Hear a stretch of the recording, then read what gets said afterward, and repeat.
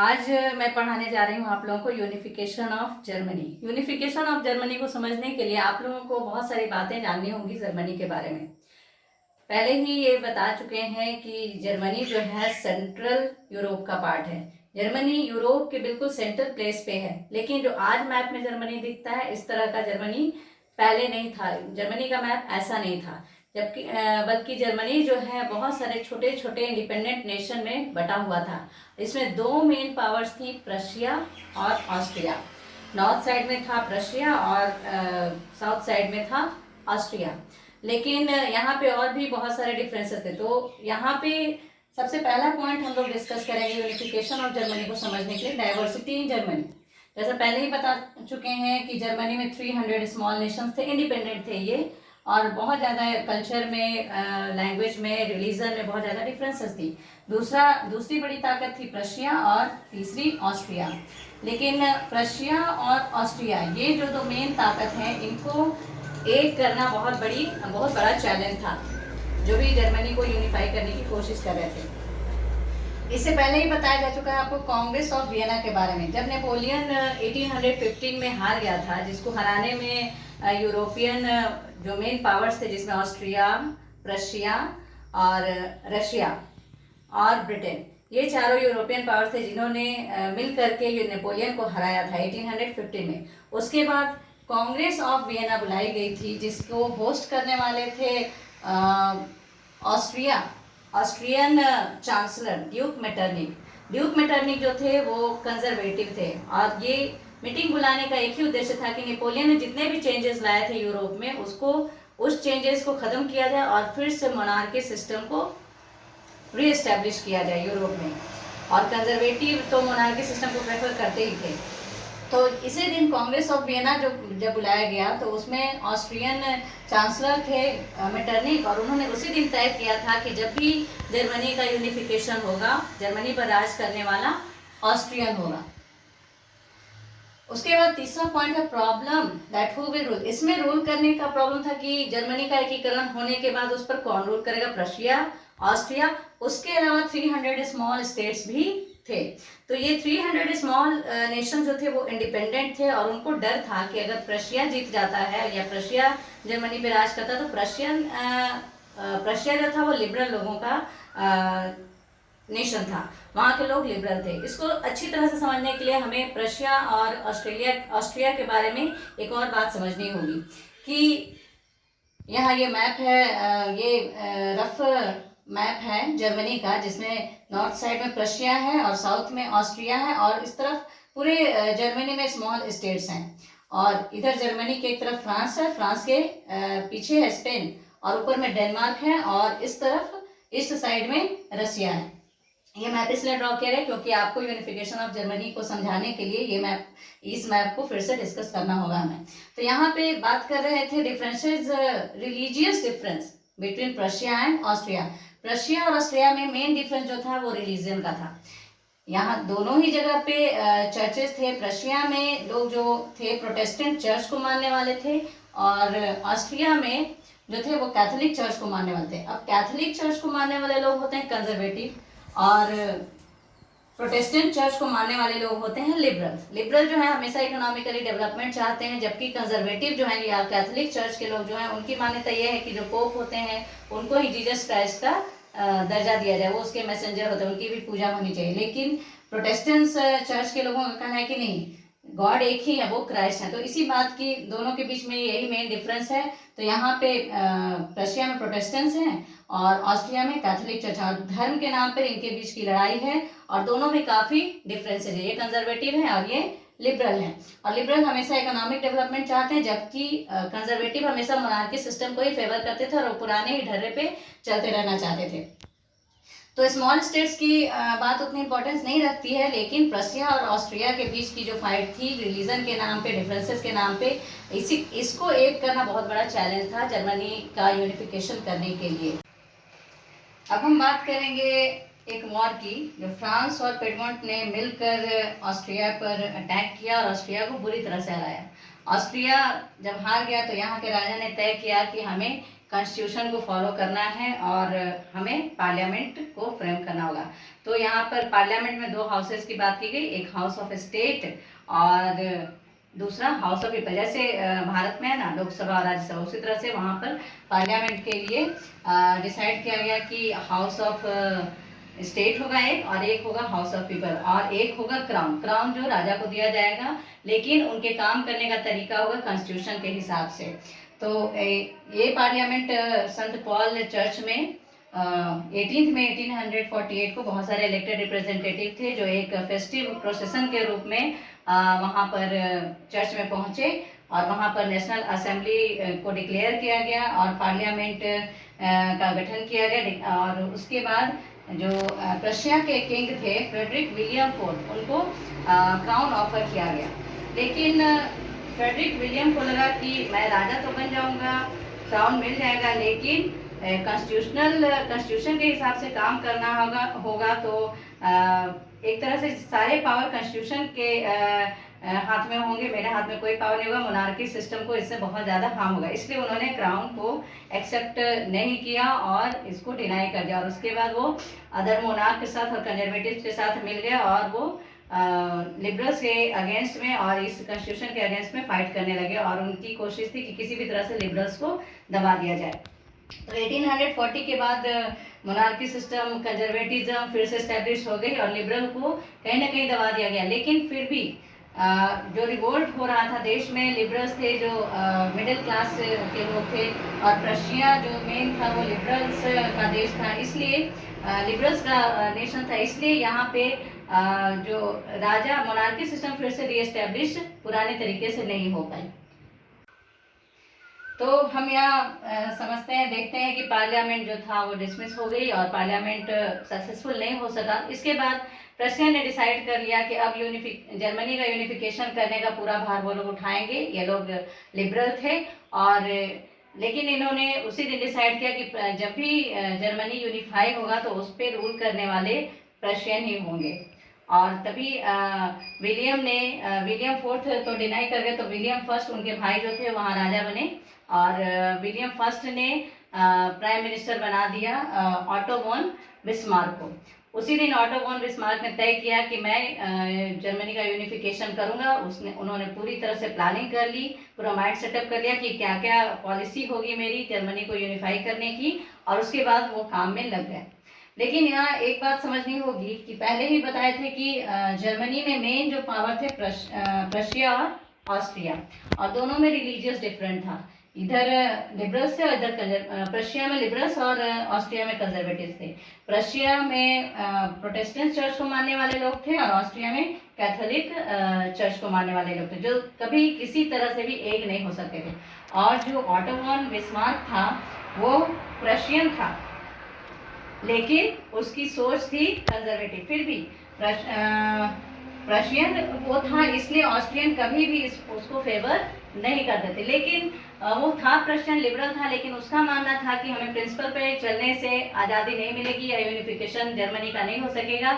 अगर रूल करना है तो उसकी अलग ही पॉलिसी होनी चाहिए। तो वो अपनी पॉलिसी के हिसाब से चलता था। इवन वो उसने पार्लियामेंट के भी कई बातों को मानने से मना कर देता। उसने कहा कि मैं पार्लियामेंट के हिसाब से काम नहीं करूँगा, मैं अपने हिसाब से काम करूँगा। हाँ, मैं ये कहता हूँ कि जर्मनी को मैं यूनिफाई करके ही दम दूंगा। इसीलिए उनको यूनिफिकेशन ऑफ जर्मनी का आर्किटेक्ट भी कहा जाता है। तो उनके सामने कुछ चैलेंजेस थे कि किस तरह से जर्मनी को यूनिफाई किया जाए। सबसे बड़ा चैलेंज था स्मॉल स्टेट्स को प्रशिया में मिलाना। उन्होंने ये पॉलिसी बनाई कि अगर प्रशिया को पावरफुल बना दिया जाए, सबसे ज़्यादा पावरफुल, और तो पावरफुल बनाने तो जर्मनी का यूनिफिकेशन हो सकता है और प्रशिया ही उस पर रूल करेगा। प्रशियन ही जो किंग होगा वो जर्मनी पर रूल करेगा। लेकिन इसको यूनिफाई करने के लिए, प्रशिया को स्ट्रॉन्ग करने के लिए, प्रशिया को स्मॉल स्टेट्स पे अटैक करना है, उसको जीतना होगा। फिर दूसरा, ऑस्ट्रिया को भी ऑस्ट्रिया पर अटैक करके भी ऑस्ट्रिया को जीत लेना होगा। लेकिन इसके रास्ते में कई बार आए थे कि इसको अब कैसे किया जाए। तो इसके लिए उन्होंने सबसे पहले सोचा कि क्यों ना स्मॉल स्टेट्स भी मेरा सपोर्ट नहीं करे, क्योंकि स्मॉल स्टेट्स को कहीं ना कहीं डर था, ये इंडिपेंडेंट नेशन थे, कि अगर प्रशिया पावरफुल हो जाता है तो वो हमारे ऊपर रूल करने लगेगा और हमारी बातों को नहीं समझेगा। ऑस्ट्रिया तो पहले से ही अगेंस्ट में था प्रशिया के। तो इसके लिए उसने ये जो पॉलिसी बनाई, सबसे पहली पॉलिसी ये बनाई कि किस तरह से प्रशिया और ऑस्ट्रिया को एक किया जाए। तो इसके लिए उसने एक सबसे पहला तरीका निकाला इकोनॉमिकली स्ट्रॉन्ग करने का जर्मनी को।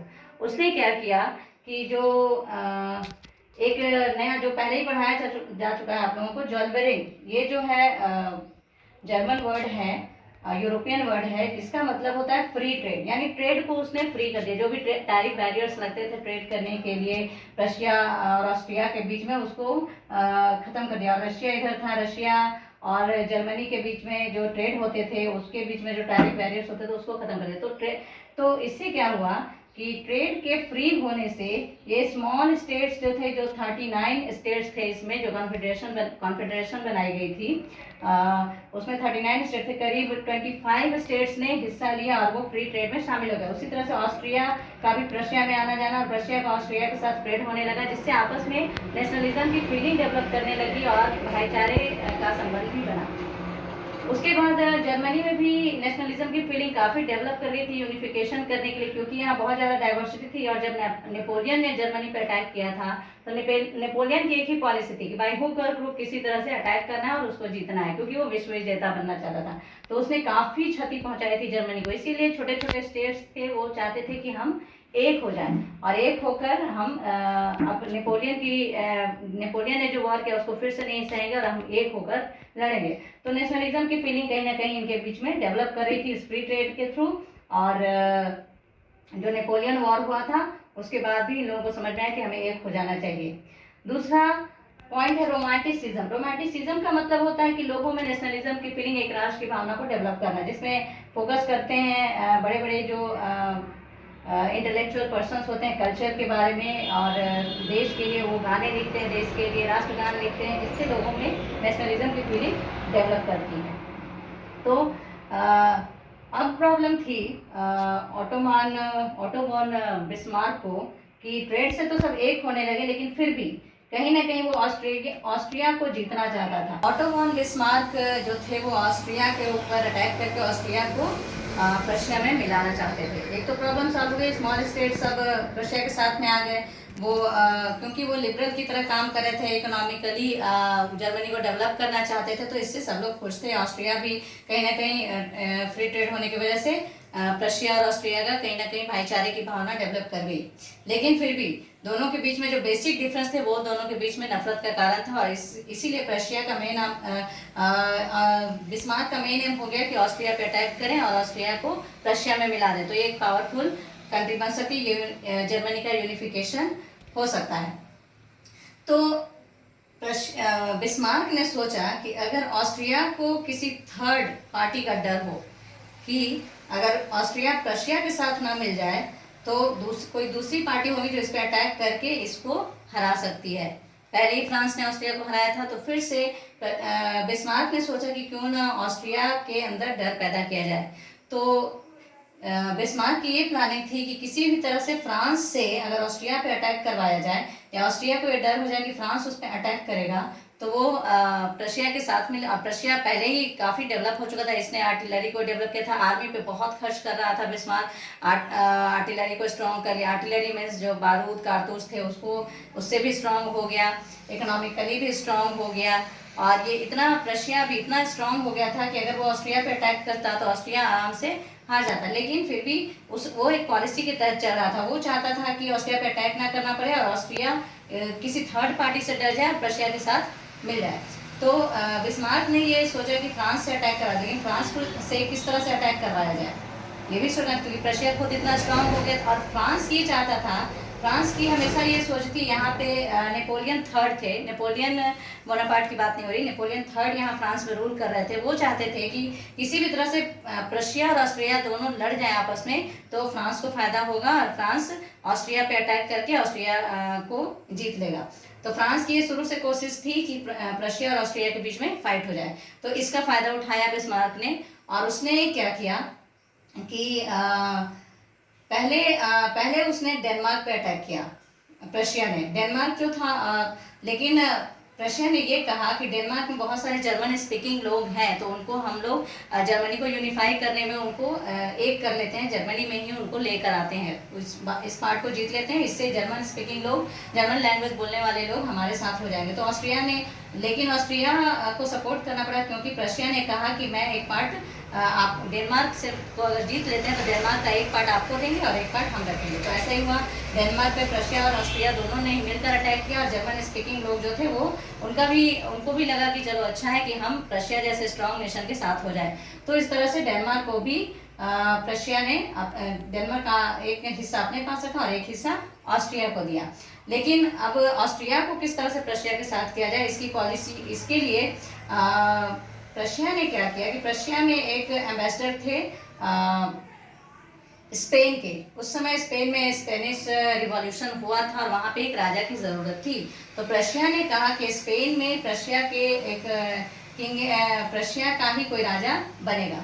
अब फ्रांस को ये डर होने लगा कि इधर भी फ्रांस के इस तरफ भी जर्मनी है जो कि उसका दुश्मन है, और फ्रांस के दूसरी तरफ स्पेन है, वहाँ भी अगर रशिया का कोई राजा हो गया तो वो भी उसका एनिमी हो जाएगा। तो फ्रांस को ये डर हो गया कि किसी तरह से अपने आप को बचाया जाए, और इसलिए, और जो एम्बेसडर था उसने कहा, जो स्पेन का एम्बेसडर था रशिया में, उसने कहा कि नहीं, स्पेन में रशिया का राजा नहीं होना चाहिए। इस बात को दूसरी तरह से तोड़ मरोड़ कर न्यूज़ में ये पब्लिश करवा दिया रशिया ने कि रशिया के राजा ने स्पेन के एम्बेसडर की इंसल्ट की है।